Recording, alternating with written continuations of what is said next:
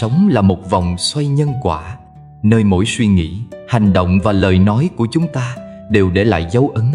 Khi một người dần trả hết nghiệp, họ không chỉ cảm nhận được sự nhẹ nhàng trong tâm hồn, mà còn thấy cuộc đời trở nên an nhiên, thuận lợi hơn. Đây không phải là sự trốn tránh hay may mắn ngẫu nhiên, mà là thành quả của quá trình tu dưỡng, chuyển hóa và buông bỏ những gánh nặng cũ. Bạn có đang trải qua những thay đổi này không? Hãy cùng khám phá 5 dấu hiệu cho thấy bạn đã trả hết nghiệp và đang bước vào một giai đoạn mới. Đó là bình yên hơn, nhẹ nhàng hơn, hạnh phúc hơn. Đừng quên nhấn nút like, share để lan tỏa năng lượng tích cực đến mọi người. Một là lòng thanh thản, không còn oán hận. Có những buổi sáng thật trong, khi ánh nắng len lỏi qua kẽ lá, chạm nhẹ vào đôi mắt còn vương chút sương đêm. Tiếng chim hót trong veo như gột rửa mọi muộn phiền của ngày hôm qua. Bạn đứng giữa khoảnh khắc ấy, lòng nhẹ như gió thoảng, không giận, không hờn, không trách cứ. Đó có lẽ là dấu hiệu rõ ràng nhất cho thấy nghiệp đã trả, lòng đã thanh thản. Ngày trước có những vết thương tưởng chừng chẳng bao giờ lành, những nỗi oán hận, những điều dang dở, những mất mát khiến bạn day dứt khôn nguôi. Mỗi lần nghĩ đến, lòng lại quặn đau, như thể có một bàn tay vô hình siết chặt lấy trái tim.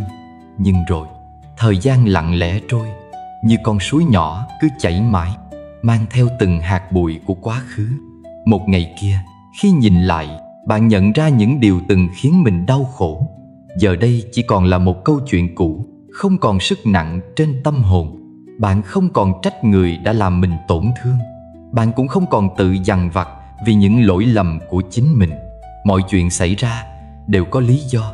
Mỗi người đi qua cuộc đời ta đều là một nhân duyên. Có người đến để yêu thương, có người đến để dạy ta bài học về mất mát. Khi hiểu được điều đó, bạn không còn giữ những khối nặng trong lòng. Không phải vì bạn quên, mà vì bạn đã học được cách chấp nhận.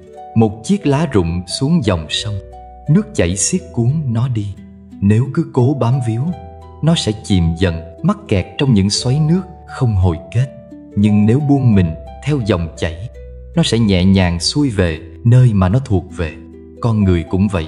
Khi không còn cố chấp, khi thôi trách móc số phận, khi chấp nhận những gì đã qua mà không để lòng dậy sóng, đó là lúc ta được tự do. Bạn không còn mong cầu sự công bằng tuyệt đối. Bạn hiểu rằng cuộc đời này không phải lúc nào cũng có hồi đáp rõ ràng. Có những nỗi đau ta phải tự chữa lành, có những tổn thương không ai có thể bù đắp.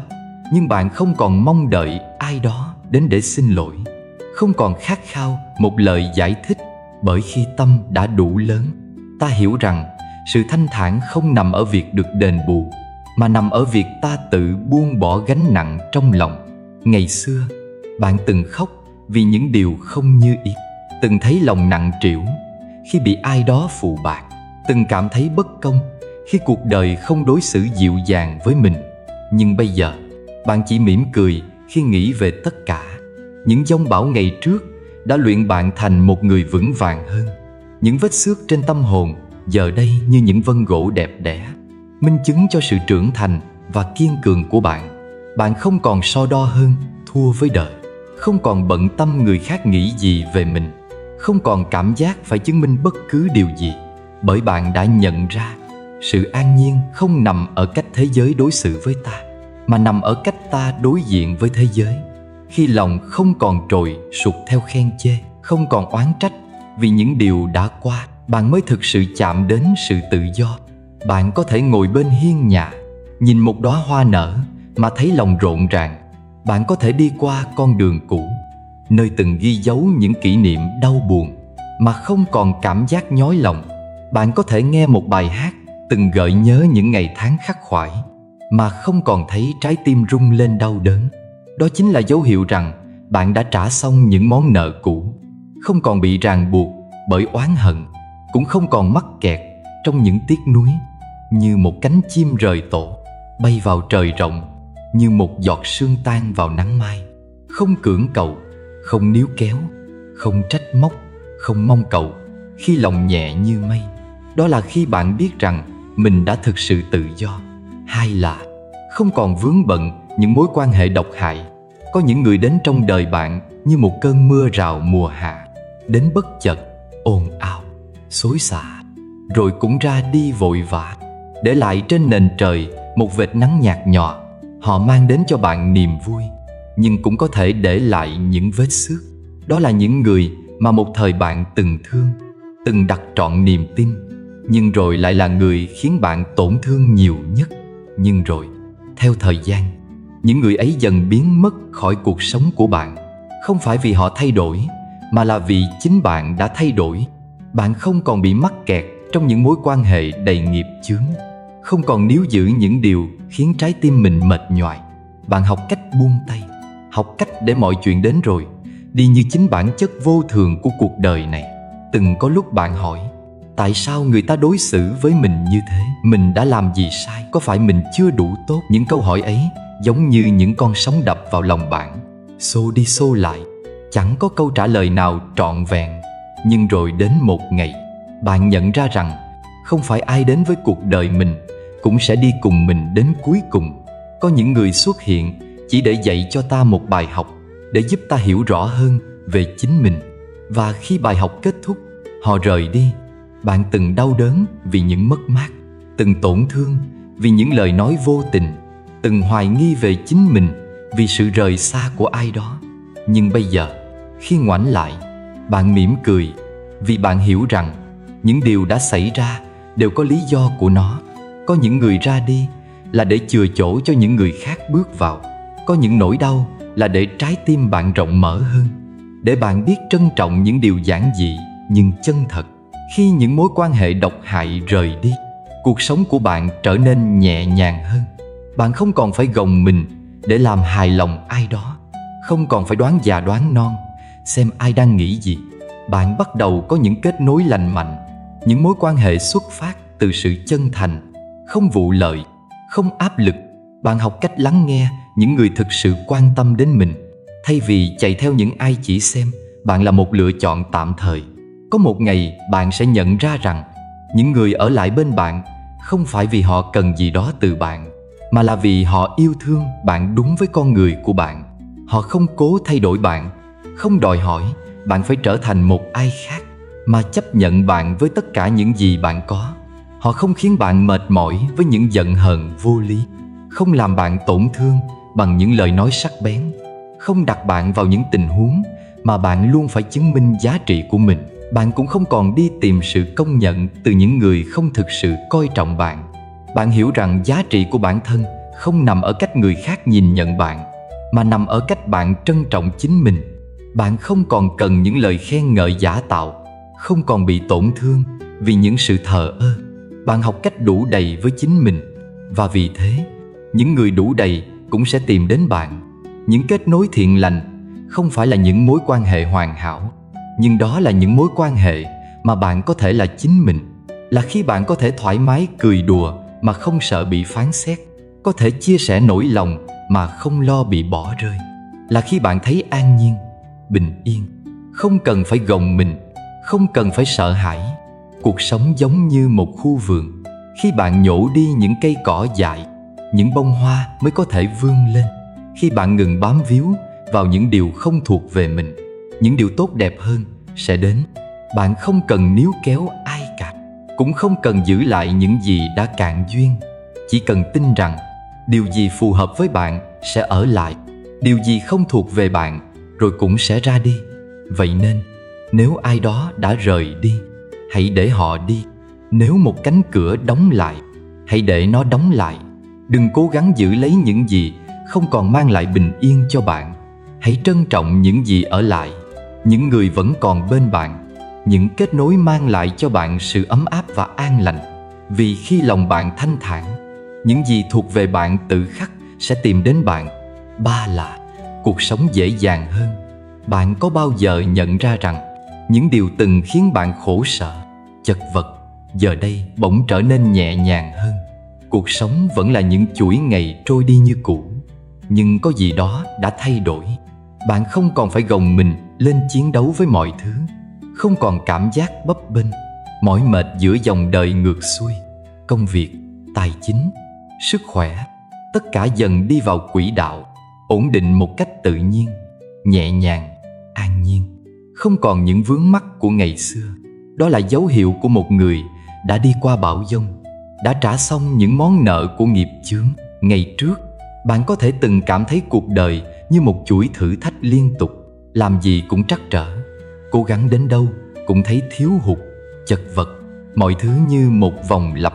Bạn cố gắng, rồi vấp ngã, rồi lại đứng lên, nhưng dường như chưa bao giờ thấy đủ đầy. Những mối quan hệ phức tạp, những món nợ vô hình, những gánh nặng vô tận đè lên vai bạn. Bạn từng nghi ngờ tại sao mình cứ mãi gặp những điều không suôn sẻ. Bạn từng mệt mỏi tự hỏi mình đã làm gì sai. Nhưng rồi, theo thời gian, bạn nhận ra rằng những sóng gió đó không phải là hình phạt, mà là quá trình thanh lọc. Chúng đến để giúp bạn học bài học của chính mình, để trả hết những món nợ cũ của tâm hồn. Đến một lúc nào đó, bạn sẽ thấy rằng mình không còn phải cố gắng quá mức để giữ một điều gì đó trong tay. Bạn không còn cuống cuồng lo lắng về tương lai, không còn sợ hãi những điều chưa biết. Bạn làm việc với sự tận tâm, nhưng không bị cuốn vào tham vọng. Bạn cố gắng, nhưng không còn cảm giác bị dồn ép. Tiền bạc đến như một dòng chảy tự nhiên, không còn là nỗi ám ảnh thường trực. Bạn không còn bám víu vào một điều gì đó với nỗi sợ mất đi. Bạn không còn xem mọi thứ như một cuộc chiến. Khi tâm bạn an, khi bạn buông bỏ sự kiểm soát và chấp nhận dòng chảy tự nhiên của cuộc sống, mọi thứ bỗng trở nên thuận lợi hơn. Ngày trước, bạn từng nghĩ rằng chỉ khi đạt được điều này, có được điều kia thì mình mới hạnh phúc.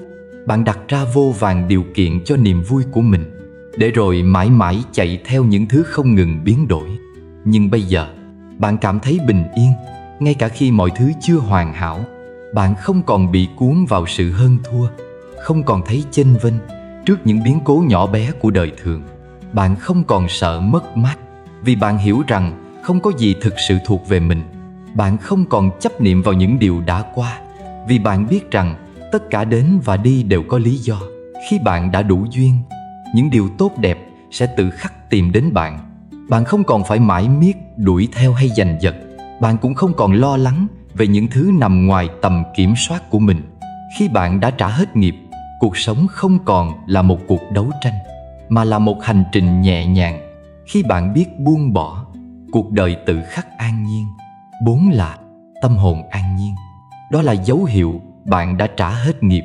Có những ngày bạn chợt nhận ra rằng mình không còn những nỗi sợ hãi vô hình, không còn những đêm trằn trọc với những câu hỏi không lời đáp, không còn những lo lắng triền miên về tương lai chưa đến.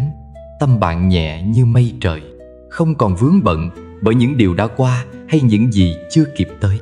Bạn không còn tự hỏi ngày mai sẽ ra sao, mà chỉ đơn giản là tận hưởng ngày hôm nay. Mỗi khoảnh khắc đều trở nên tròn đầy, như giọt sương mai lấp lánh dưới ánh mặt trời. Ngày trước, bạn có thể đã từng hoang mang về cuộc đời. Bạn sợ những thay đổi, sợ mất mát, sợ những điều nằm ngoài kiểm soát. Nhưng giờ đây, bạn hiểu rằng chẳng có gì là mãi mãi. Mọi thứ đều có thời điểm của nó, đến rồi đi như những con sóng ngoài biển cả. Bạn không còn lo lắng khi một cánh cửa đóng lại, vì bạn tin rằng cánh cửa khác sẽ mở ra. Bạn không còn sợ hãi trước những bước ngoặt của cuộc đời, bởi bạn biết rằng mọi thứ xảy ra đều có lý do của nó. Khi một người sống với tâm thế như vậy, họ không còn bị ám ảnh bởi quá khứ, cũng chẳng còn sợ hãi tương lai. Họ chỉ đơn giản là thả lỏng, để cuộc sống tự nhiên diễn ra. Những chuyện cũ đã từng khiến bạn khổ sở, nay bỗng trở nên xa vời như một giấc mơ. Bạn không còn chìm trong những hối tiếc, không còn để quá khứ giam cầm trái tim mình. Bạn hiểu rằng những gì đã xảy ra đều có ý nghĩa của nó, và bài học của cuộc đời luôn đến đúng lúc. Bạn không còn trách cứ bản thân vì những điều không thể thay đổi. Bạn không còn nghĩ rằng mình có thể làm khác đi, bởi bạn hiểu rằng vào khoảnh khắc ấy, bạn đã làm hết sức mình với những gì bạn có. Bây giờ, bạn mỉm cười khi nhớ về những ngày cũ, không còn tiếc nuối, không còn đắng cay. Quá khứ là một phần của bạn, nhưng nó không còn nắm quyền kiểm soát tâm hồn bạn nữa. Mỗi ngày trôi qua, bạn đều cảm thấy một niềm vui nhẹ nhàng trong những điều giản dị nhất. Một tách trà ấm, một buổi sáng có nắng, một cơn gió nhẹ thoảng qua. tất cả đều trở thành những món quà đáng trân trọng. Bạn không còn tìm kiếm hạnh phúc ở đâu xa, không còn nghĩ rằng chỉ khi đạt được điều này hay có được điều kia, mình mới cảm thấy an yên. Bạn hiểu rằng hạnh phúc không nằm ở những thứ bên ngoài, mà nằm trong cách bạn nhìn nhận cuộc sống. Từng khoảnh khắc trở nên rõ ràng hơn, từng hơi thở trở nên quý giá hơn. Bạn không còn vội vã, không còn cuống cuồng chạy theo những thứ phù du.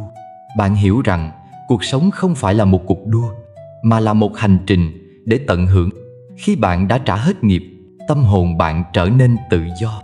Bạn không còn bị kéo lê bởi những nỗi buồn cũ, không còn bị trói buộc bởi những lo lắng mơ hồ. Bạn hiểu rằng mọi thứ rồi sẽ đến và đi theo duyên của nó. Bạn không níu giữ, không cưỡng cầu, không mong đợi quá nhiều.